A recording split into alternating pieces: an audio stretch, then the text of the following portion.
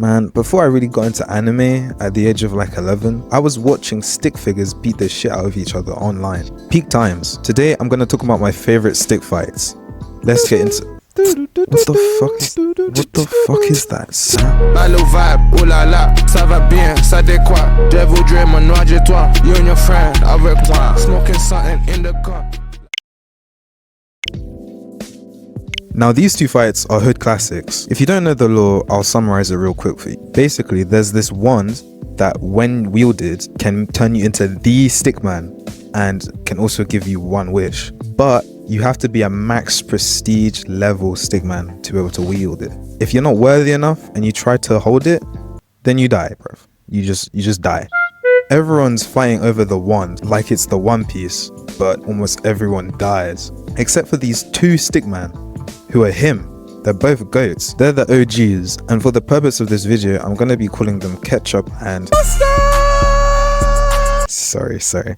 I can't resist, bruv. They both want the wand for different reasons, so they're about to scrap for it. As soon as they see each other, it's on sight. It's 5 minutes of just straight hands, and the fight had all the classic anime fighting tropes in it, in the best way possible. It had lovely choreography, it had screaming power-ups, it had high-speed clashes, it even had shadow clones trying to jump and failing.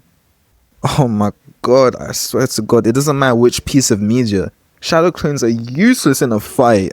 There were so many clean moments in the fight, like when Mustard used one of the shadow clones as a baseball bat, and when Ketchup used his final smash on Mustard, absolutely obliterated his insides. Fuck me. Ultimately, the Mustard speed blitzed Ketchup in the most disrespectful manner I've ever seen. It's looking like Ketchup just got put on a shirt, but nope. He gets up, looking pissed. And then...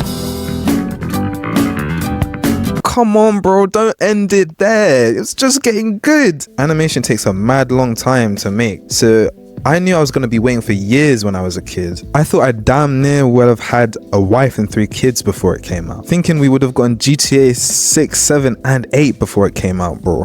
What made it worse was that the animator who made it had a little scandal. So I thought he might not actually ever come back and finish the thing. But he promised he would, so I waited and waited and waited and waited, bro. Bro, you don't know what it was like checking in every couple of months to see if there was any updates on the animation, bro. Like, these were desperate times. Desperate times. And then finally, bro, I remember it so clearly. I was literally starting college and I checked his channel in the morning and I saw that he had posted it, bro. My eyes damn near popped out of my head, bro. I was so excited. I pressed that video with max efficiency, bro. I was actually meant to be getting ready for school, but I didn't give a shit. I charged being late that day. This was way more important. The second part left right off where the first one ended. Mustard can't believe his eyes, and then... Possible. Oh, wait, there's voice acting? Full-on blown voice acting. I'm not talking about one snippet. It was like an actual anime, bro. It was amazing. Ketchup got into an Olympic sprint stance and wasted no time rushing after Mustard. Goes in for a punch and... it was a feint? What? Lucky you. You would have lost your head.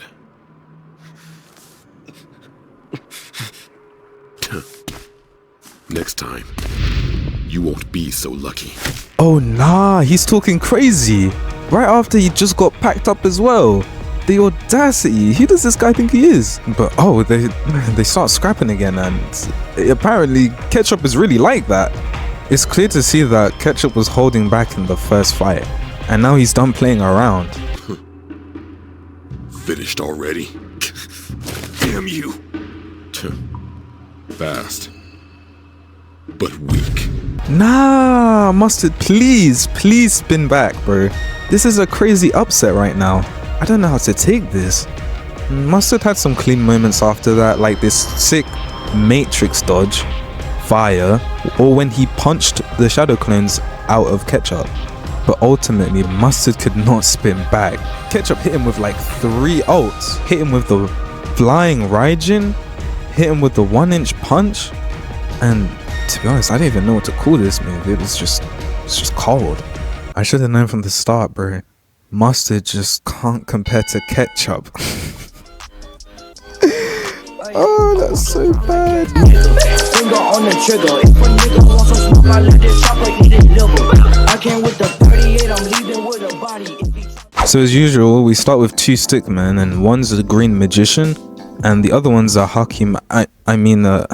He's a black stickman. He's a machine. They both have beef with each other. Why? Nigga, I don't know. I don't even think the animators know why they have beef. But it doesn't matter, because whatever beef they had created a magnificent fade. They're throwing hands straight off the bat, and it's mesmerizing. They're really going back and forth, and it's kind of hard to tell who's actually winning. But what I really love, because it's a collaboration project, the stick figures change depending on which animator is animating that scene. It's cold. It's cool, and it transitions so well from one scene to the next. Some of my favorite scenes. I love when the Black Don pulled out a hammer from nowhere, like, where was he keeping that? I also like the scene where they have a giant yet mini kaiju battle. That was cold. There was also a little snippet of voice acting, which was really cool. Some close-up wushu style hand-to-hand combat. This was the first stick fight I ever properly watched, and for that reason it has a special place in my heart, bro. They only made improvements to this second fight. It was so cold. Some of my favorite scenes are this scene.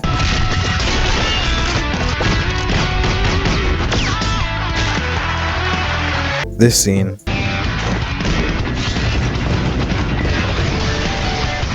This scene.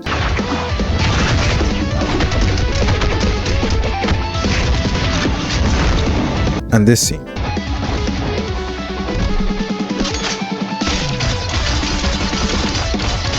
They added some impact frames as well, which was so cool. I remember watching this fight like over and over and over again for a solid month on my little tablet, bro. That takes me back, bro. Damn, is this what old people feel like? Wanna go Turks, get on a yacht and twerk, yeah. Find no shit, she lack or fit, just me and a friend we turn. Can't even act top up with me, I know for sure that hurt. Now these fights were peak, absolute peak. This was an actual generational fade. This might be my favorite series of fights ever, like from anything, from all pieces of media. This might take it, bro. So we start off with this guy called Mr. Red saying that he's pulling up to this company for a job application. Naturally, he immediately starts to just throw hands with all the people in the building. He was hitting trick shots, shoving guys through walls, ripping niggas' legs off. Like, it was crazy. Eventually, he gets to the top of the building, and there he sees Mr. Green. Now, let me tell you right now, this stick man, Mr. Green, he moves differently. He is on that timing. Fight continues with Mr. Red struggling a tiny bit, but eventually he clears all the goons.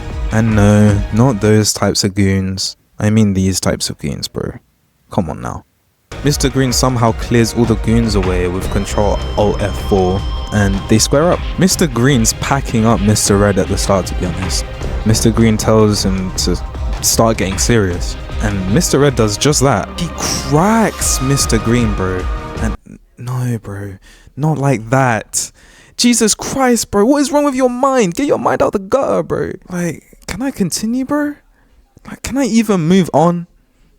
God damn, man. Mr. Red's power-up evens the odds a lot, but he misses the meteor smash there. Kind of embarrassing. Oh, and shadow clones again? I wonder if they'll be useful this time.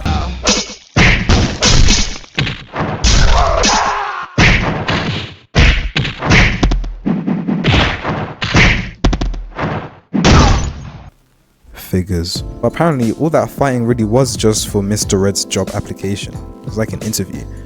And Mr. Red got the job, which is great, but what kind of company needs their janitor to be running fades like this? If you ask me, he's overqualified for the position of janitor, bruh. Make that man a bodyguard or something at least. Another day, we see Mr. Red chilling, having a smoking break. Mr. Green walks up to him and he's like, "Wagwan, boss man. You walk with me." Damn, I've always wanted to say that. Nigga, walk. Say less. You remember what day it is today, right? 420? Wrong, that was last week! Mr. Green lays on the shadow clones heavily this time. And oh shit, the people's elbow? From that high up? Fuck me, that's unheard of. This is Josh post-edit. Yeah, ignore all those voice cracks. They never happened. Mr. Red pays him back with a people's elbow of his own though. Oof, and that was a clean dodge. And they start playing a game of find the real Mr. Green, like it's Where's Waldo. And I have to say, this is the most useful I've seen clones being used in a 1v1 scenario. Apparently, Mr. Red has some sort of photographic memory, like he's Batman or something, and starts recollecting each action and motion of the fight up until now. He finds him, and the fight starts to heat up, bruh. Like at this point, Mr. Green's even keeping up with Mr. Red in his little speed blitz form. But Mr. Red still pulls through with a down tilt, making him the winner. But it actually turns out that Mr. Red didn't actually find the real Mr. Green, and he also failed to keep the place clean. So he gets fired, bro. That's a sad way to go out. And the canon ending is that Mr. Red actually never finds another job. So he's just roaming around the world forever. And to be honest, in this economy, I don't blame him. God damn, bro. It's tough out here, man. But there is another ending from another YouTube video, and it's technically not canon, but it's basically like a shock part 4, and the ending is a little bit more satisfying, so I'm gonna cover it. So we fast forward probably like, I don't know, a couple years, and Mr. Green got that big money. He's throwing a party at a resort. You see Mr. Red's on a bender, and then he gets a flashback of the day when he got fired and starts to see red. Get it? See red? Because he's a red stick figure. He rips off his beard and begins to beeline towards the resort. He immediately starts to style on some goons, and then he climbs in, gets into this room, and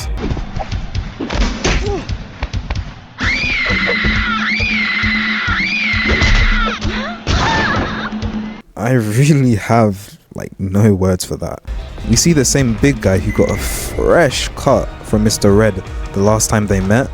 Mr. Red thinks of a plan to take him down, and he just decides to snap his neck. Like, damn, what's up with all these head finishes, bro? Jesus Christ. We see a couple more seconds of Mr. Red just packing up goons when wait. That's enough.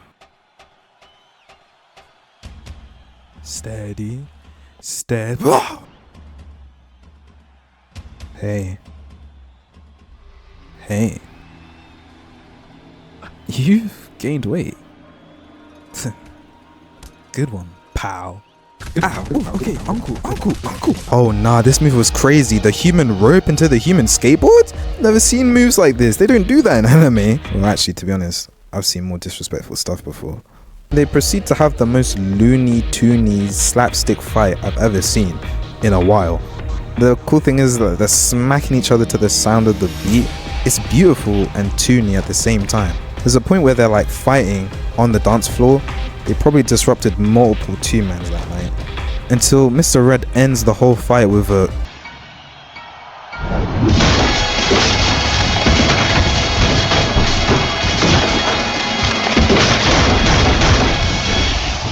And so, after defeating Mr. Green with the power of music, Mr. Red cleaned up the base one last time.